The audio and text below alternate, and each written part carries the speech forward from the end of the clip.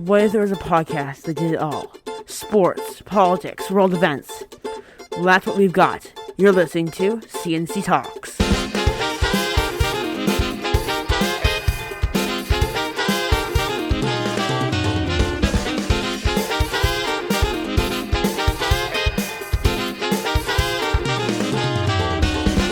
Hello, I'm Colin. And I'm Charlie.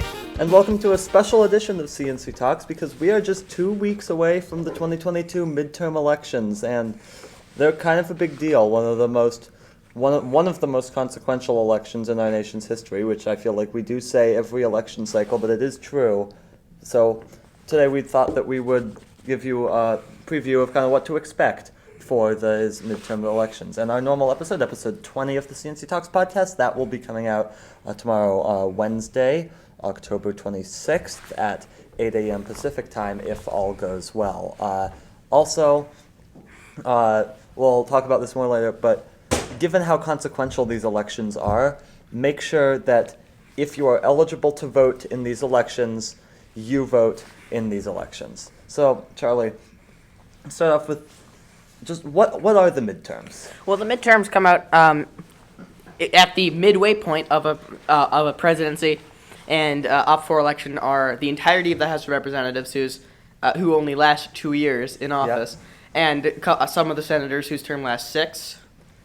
Yeah, as well as, of course, there's a whole ton of state Local races. stuff. I believe that there's 36, give or take a couple governor's races this year, and of course a bunch of state legislatures, whole ton of local elections, and it generally, Charlie, is a referendum on how the president is doing, and if the American people approve of the president, then the president's party will probably do well in that election. If, as is more common, people do not approve of the president, then the president's party will likely not do as well.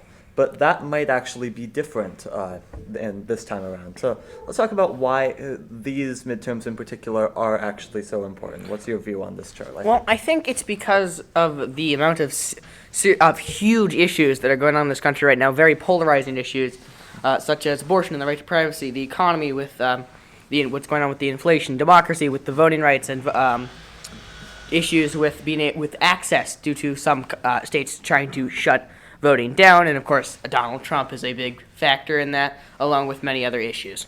Yeah, and we're going to talk about how those issues will directly impact these midterm elections in just a minute. But I personally think that why these elections are so important is that there's an entire faction of the country right now who has just basically moved towards fascism, really, and just completely away from democracy. They want basically authoritarian rule, and that's not a fringe. That's the mainstream of one of the two political parties in this country. Right? That's a fact. The majority of candidates the majority of Republican candidates running for office in 2022 deny the results of the 2020 election. They say that they believe that there's no election integrity, and yet they're still running in our elections. They want to be able to control this country, and they also they pledge to take away so many rights. They want abortion rights, obviously, but also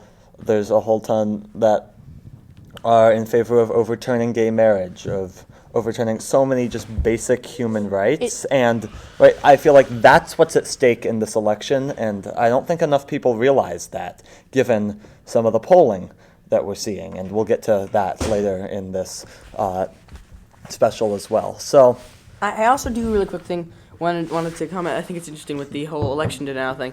I think it's just interesting that the only states that were being talked about for consideration of possible election fraud were the close races that Democrats won.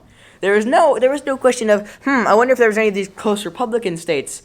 I wonder if there was any election fraud there. No, because of course not, because there was none to begin with. Well, and I mean, let's be very clear. I won't say that there was no fraud in the 2020 election. There was no widespread fraud in the 2020 election. There were a few isolated cases of fraud, and when I say a few, I mean like a half dozen in any given state, and almost all of them were found to be done by Republicans. So, yeah, let's talk about how some issues will actually impact these elections, Charlie. And let's start with abortion, because obviously Roe v. Wade got overturned over the summer. So, how do you think that's going to impact what goes on in these elections? From what I've seen from not only just looking at the situation, but also seeing in political ads, the Democrats have been very much pushing on the issue of abortion. Of course, it's a very conservative Supreme Court at the moment, with all those judges that were put on that court by Trump. So I think the Democrats are really using this as a catalyst for their movement in the midterms to try to gain some seats. Yeah, and I think that it's especially worth noting, right? Abortion rights are overwhelmingly popular. And Indeed they are. if the Republicans take back, they can't really do it if they just take back Congress. They could do it, though, if they not only take back Congress, but also take back the presidency in 2024. They've said out loud that they want to push for a national abortion ban, because right now it's up to states to decide whether they want abortion to be legal or not, after the Supreme Court over the summer obviously overturned Roe v. Wade, but they are in favor of a national abortion ban. Meanwhile, the Democrats want to codify Roe v. Wade into law, which would mean that it doesn't matter what states say anymore.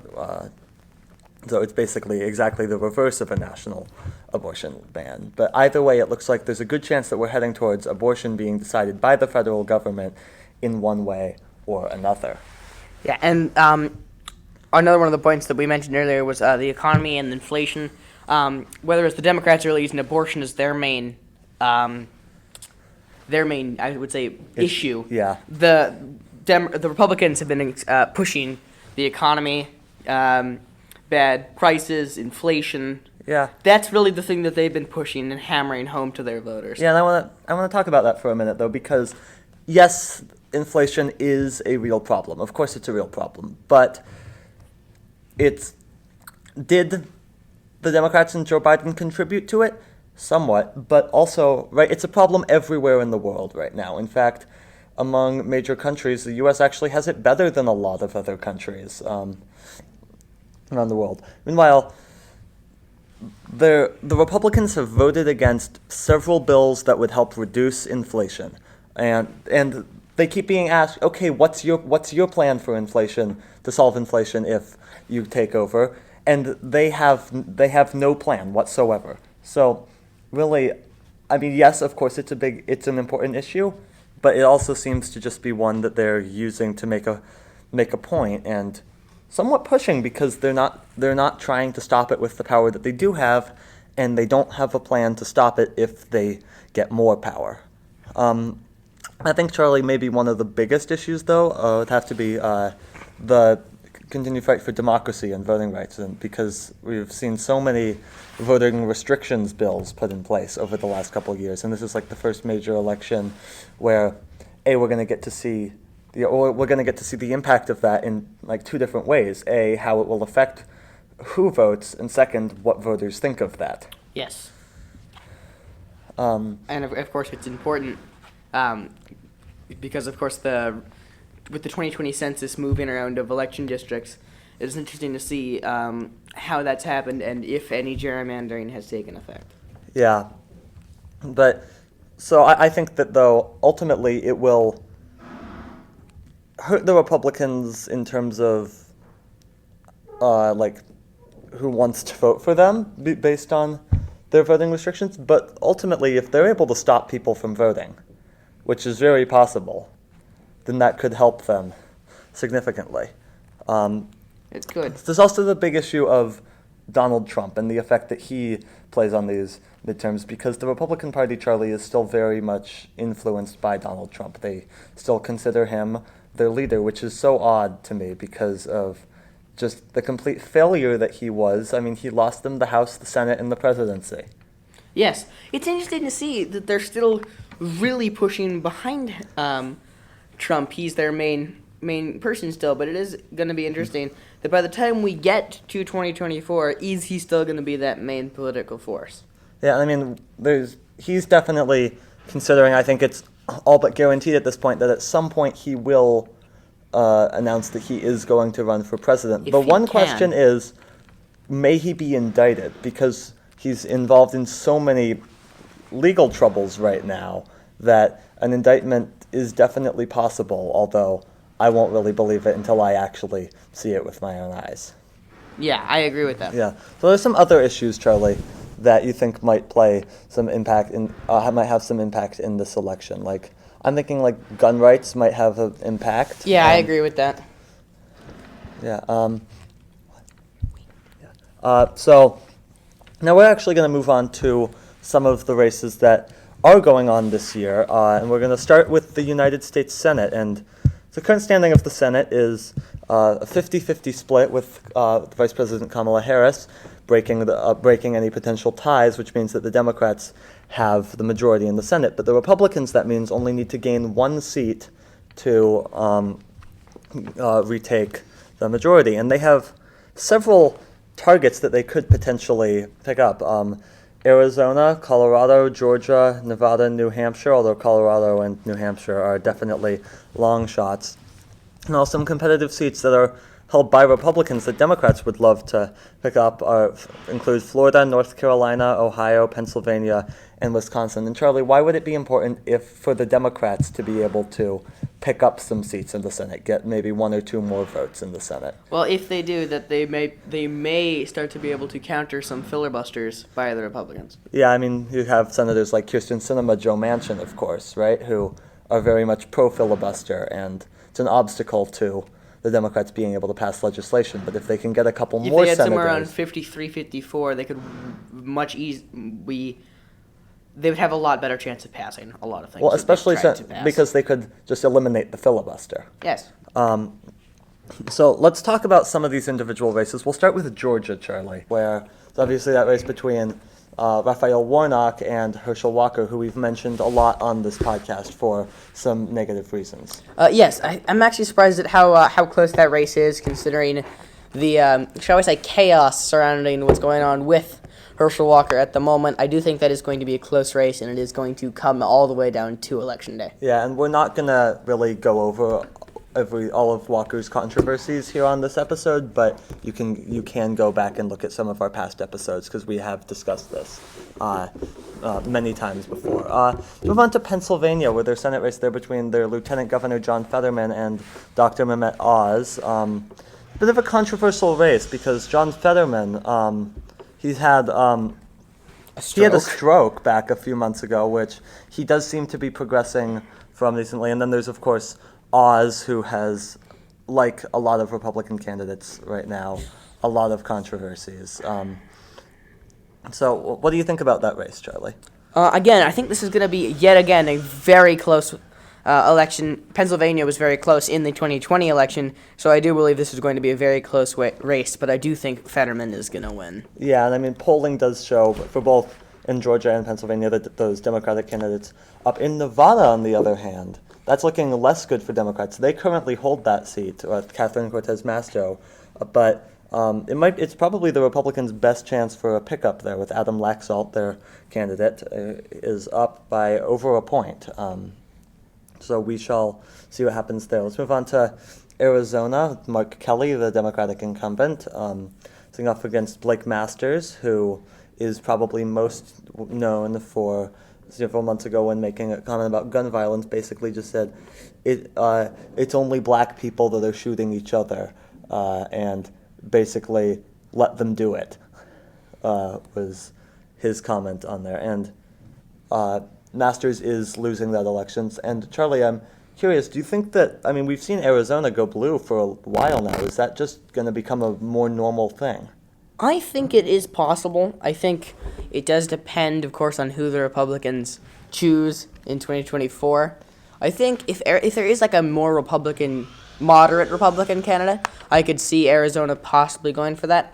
But considering the path that the Republicans seem to be going down, I do think that Arizona is going to continue to be blue. Yeah. Well, in Wisconsin, Ron Johnson is running for re-election, and he is actually winning that race. He was deeply involved in that fake electors plot on January 6th, is what we've learned from the January 6th committee. And what's the polling in that race at the moment? Yeah, so Johnson is actually winning, but it's close. The Democrats do have a chance to get a pickup there. And again, any flip in any of these races would be just absolutely huge for either party, because right, the Democrats, they would love to pick up a seat or two to help eliminate the filibuster and pass the Republicans more of are their agenda. hoping to take control of the Republicans Senate. would love to take control of the Senate.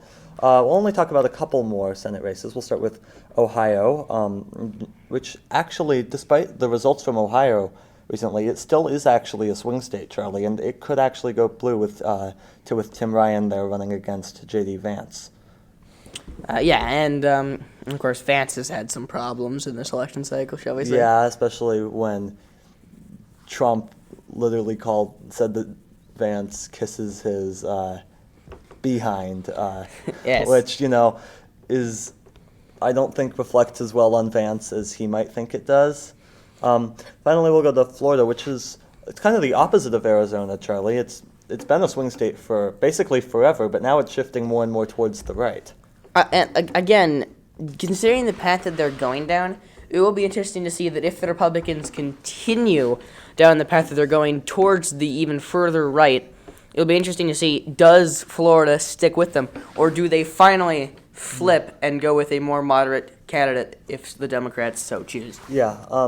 Well, we'll switch over to the House, where common knowledge would suggest that Republicans would have the advantage there. Do you think that that's accurate? Do you think that the Democrats have any chance whatsoever of controlling the chamber come January? I think it's going to be incredibly difficult for the Democrats to keep hold of the House. They have to not only win a majority of those toss-up districts, but they also have to steal a couple of Republican seats. And if we look at 2020, the Republicans won all the toss-up districts and took a couple of seats that we thought were going to go Democratic. Yeah, and obviously now gerrymandering now is going to make it more favorable towards the Republicans in this election, because we just had that redistricting. This is the first election with the new maps, as you mentioned earlier.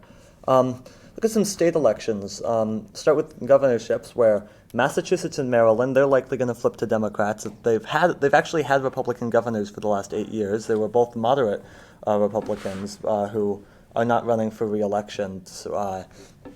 Their state parties have chosen someone much farther to the right, which, Charlie, it just does not work for Maryland and Massachusetts. Especially Massachusetts. Both deep blue states, so those are almost certainly going to be Democratic. But let's look at Michigan, because the Republican primary there, which was just a disaster. A couple of their candidates were indicted, and a couple of them were kicked off the ballot because of they got fraudulent signatures, which it may very well cost them that shot at that governorship.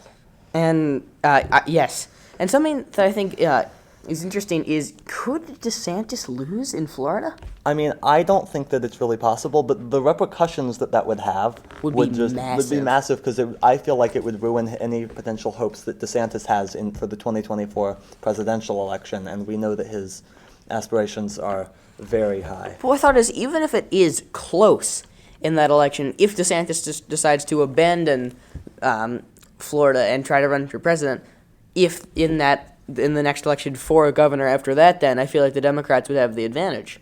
Would they not? Yeah, I'm not sure. It would be close. We'll kind of go through these quickly. Some other top governor's races is in Arizona, where Kari Lake, one of Trump's biggest allies, I guess, is running against the Democratic Secretary of State, Katie Hobbs, in that race. And polling would actually suggest that Hobbs might have a very small advantage. And elections are actually a really big issue right now in Arizona, because there's been some interesting audits that have gone on in that state. And both of these candidates have very different views, Charlie, on how to conduct elections. Yes. Meanwhile, this is Texas and Georgia. They're both likely actually going to stay Republican. There were some high hopes for Democrats early on with Stacey Abrams and Beto O'Rourke running. Those did not turn out well. Charlie, and this is the last type of race that we're going to talk about, is secretaries of state. And why is that such an important thing? I was hoping for you to answer that one, actually. Okay. Right, these are the people who actually control the elections that are run in that state.